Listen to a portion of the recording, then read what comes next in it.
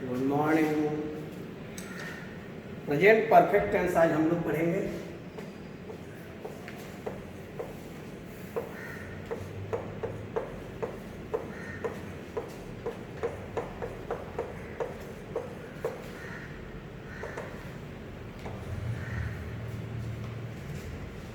Present perfect tense को हम लोग पढ़ेंगे।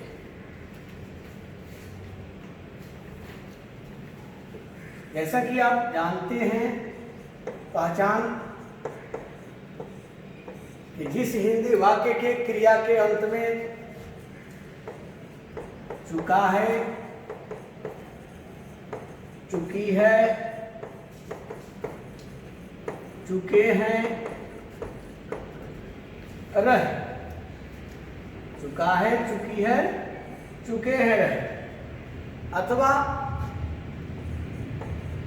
वर्तमान में, या ये कहें कि अभी अभी कार्य पूरा होने या समाप्त होने का बोध हो।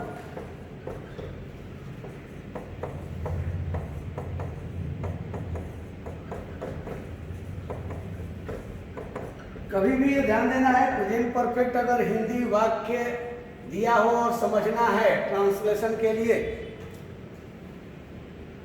तो ट्रांसलेशन के लिए जब अगर आपको समझना है तो ध्यान देना होता है चुका है, चुकी है, चुके हैं। या हम यह देखेंगे चुका है, चुकी है नहीं भी है और ये लगे कि अभी अभी कोई कार्य पूरा हुआ है या समाप्त हुआ है का बोध होता हो, तो उस स्थिति में हम उसे प्रेजेंट परफेक्ट टेंस समझते हैं। अब ये नंबर देखिए आप, अफर्मेटिव सेंटेंस।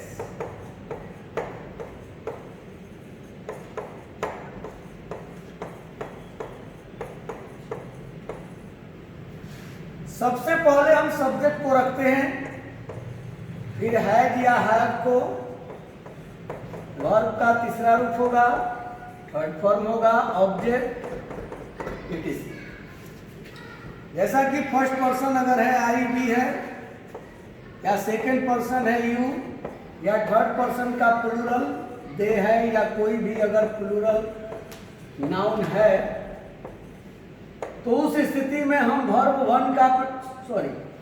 वन यानी हैव का प्रयोग हम करेंगे।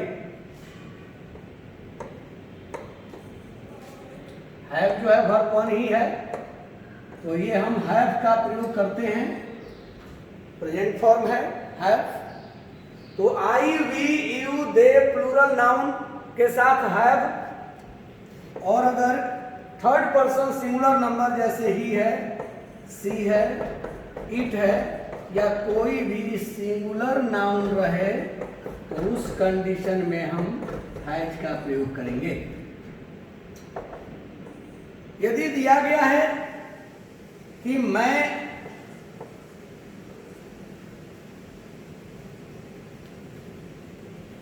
चाय पी चुका हूं,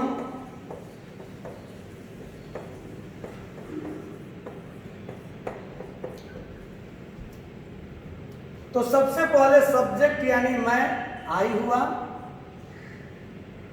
हैड या हैव में आई के साथ हैव लेंगे, और थर्ड फॉर्म लेंगे टेकन, और ये हुआ T, I have taken T, मैं चाय पी चुका हूं। ये जरूरी नहीं कि चुका है, चुकी है रहे, ये लगना चाहिए कि अभी अभी कार्य पूरा हुआ है, अभी अभी या समाप्त हुआ है, तो वो प्रेजेंट परफेक्ट टेंस है। जैसे अगर हम कहते हैं कि वह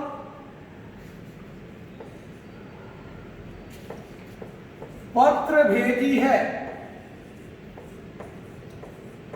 पत्र भेजने का काम हो गया है, लेकिन अभी अभी वर्तमान में चुका है, चुकी है नहीं है, फिर भी यह प्रेजेंट परफेक्ट टेंस है, तो सी, और जैसा कि सी के साथ हैज होगा, और भेजना का सेंड होता है, इसका थर्ड फॉर्म सेंड हो गया, सी हैज सेंड और लेटर, यानी वह एक पत्र भेजी है। अब हम बी नंबर पर देखें, निगेटिव सेंटेंस।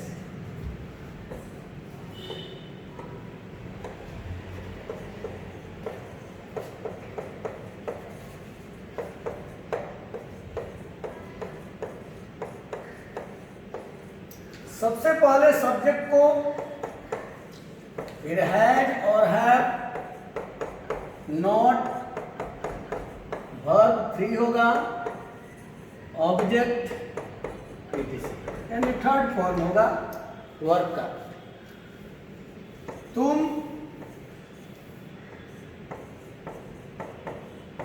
खाना पका चुके हो, तो हम नहीं, निगेटिव है तो नहीं कर देंगे, तुम खाना नहीं पका चुके हो।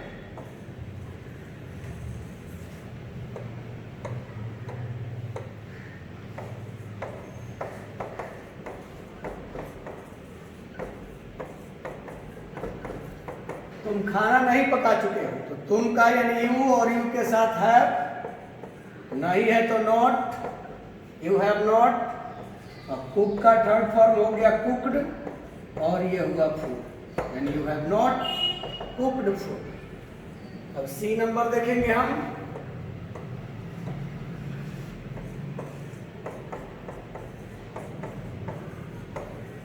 इंट्रोगेटिव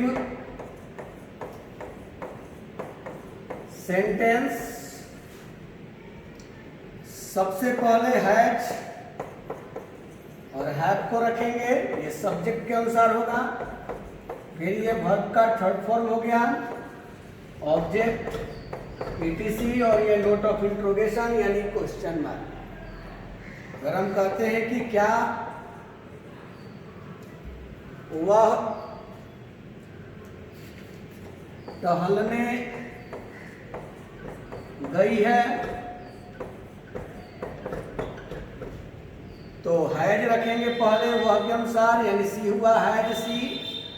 थर्ड फॉर्म रखेंगे गो का, तो गॉन होगा, और इसको इन्फिनिटिव बना देंगे, टू वॉक हो गया, तो हो गया हैज सी गॉन, क्या वह गई है टू वॉक, टहलने।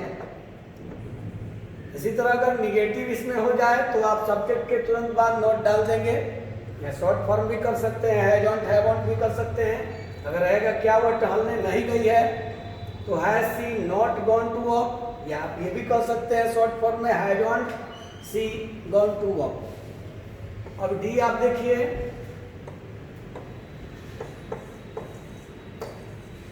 WH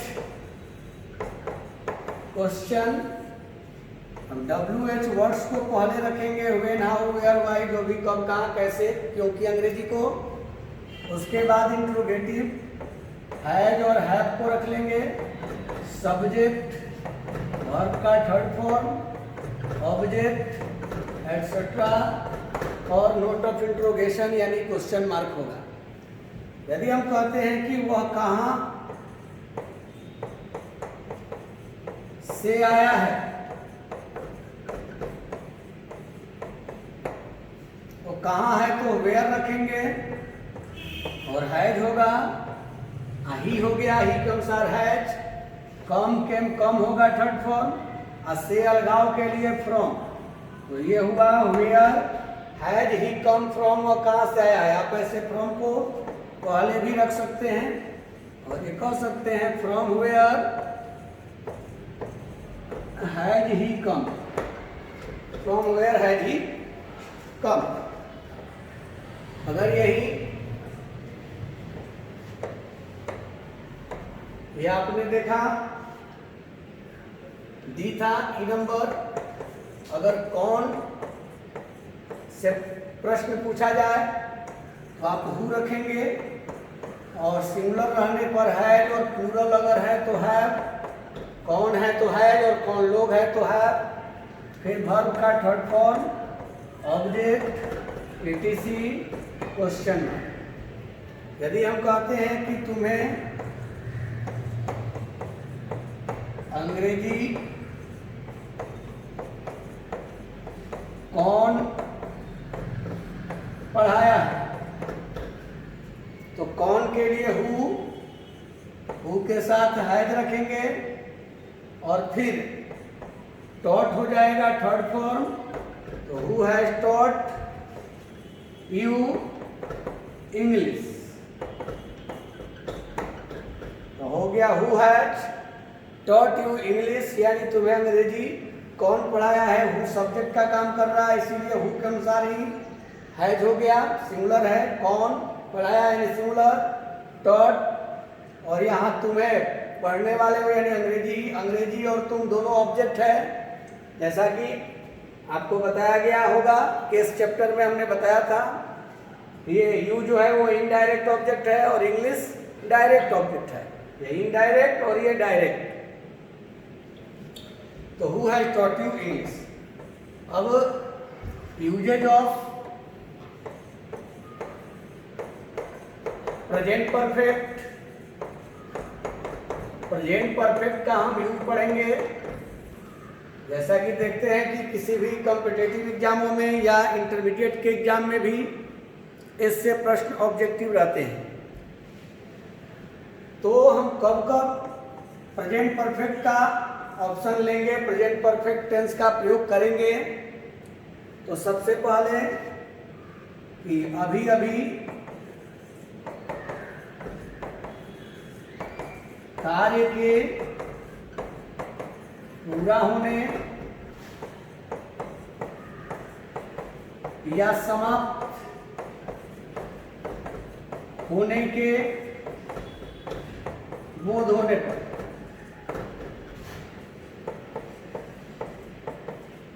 अगर लगता है कि कोई कार्य अभी अभी पूरा हुआ है या समाप्त हुआ है तो उस समय हम प्रेजेंट परफेक्ट टेंस का प्रयोग करते हैं। ऐसे वाक्यों में अगर जैसे हम देखते हैं कि जस्ट अगर लगा है, ऑलरेडी लगा है, येट लगा है, सो फॉर है, अप टू नाउ है, अप टू द प्रेजेंट है,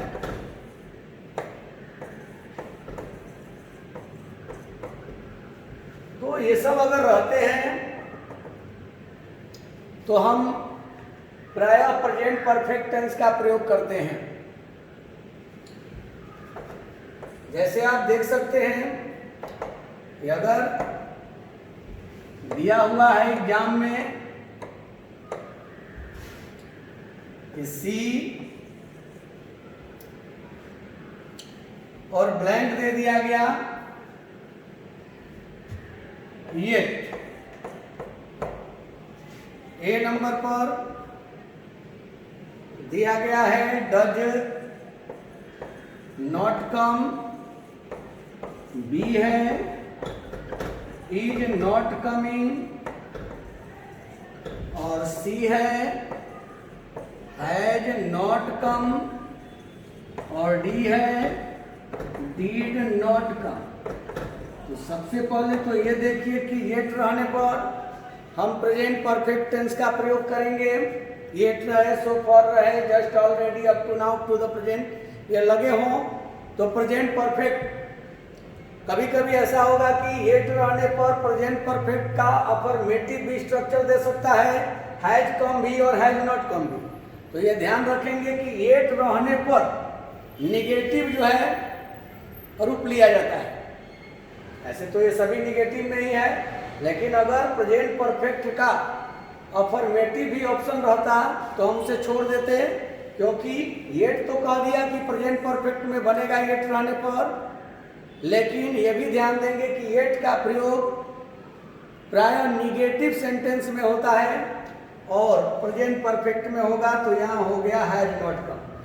यही अगर नाउ रहता तो कंटिन्यूअस में प्रयोग किया जाता है, लेकिन येट रहेगा तो पहला हमारा जो ऑप्शन होगा वो प्रेजेंट परफेक्ट टेंस होगा।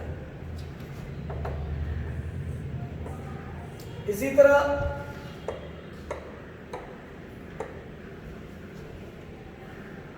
रूल 2 को हम ध्यान देंगे। यदि हम देखेंगे कि सिंस का अर्थ अगर जब से तब से है, जब से तब से, सिंस जब से तब से का अर्थ देता हो तो उस समय सिंस से जो पहले होगा वो प्रेजेंट परफेक्ट टेंस होता है, और सिंस के बाद जो होता है वो सिंपल पास्ट टेंस होता है। सिंपल पास्ट टेंस होता है। यानी सिंस जब से तब से का अर्थ देता हो तो सिंस से पहले प्रेजेंट परफेक्ट टेंस और सिंस के बाद जो होगा वो सिंपल पास्ट टेंस होगा। अब जैसे अगर हम एग्जांपल देते हैं और यहां दिया गया है कि 5 hours applied since she came। अब देखिए इधर सिंपल पास्ट टेंस है, पास्ट इंडेफिनिट टेंस है, और अब ऑप्शन में दे दिया गया है कि डू,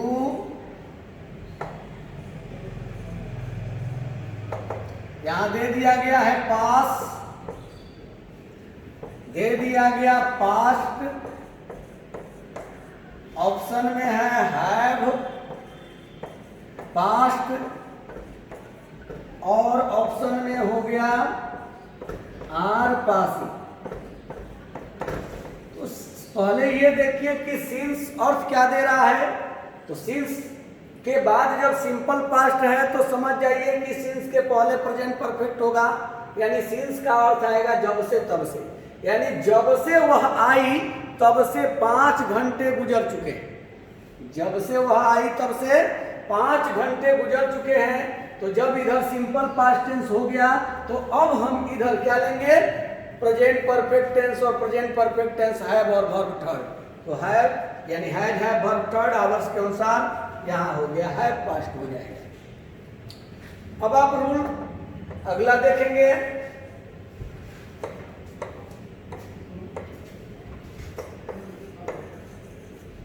यदि आपको लगता है कि एवर का अर्थ अब तक किसी समय और नेवर का अर्थ अब तक किसी समय नहीं, अब तक किसी समय नहीं, नेवर का अर्थ अब तक किसी समय नहीं और एवर का अर्थ अब तक किसी समय हो, तो उस समय हम प्रेजेंट परफेक्ट टेंस का प्रयोग करते हैं। एवर का अर्थ अगर होता हो अब तक किसी समय और नेवर का अर्थ होता हो अब तक किसी समय नहीं, तो उस समय प्रेजेंट परफेक्ट टेंस का प्रयोग किया जाता है। जैसे अगर हम कहते हैं कि have you ever gone to Agra.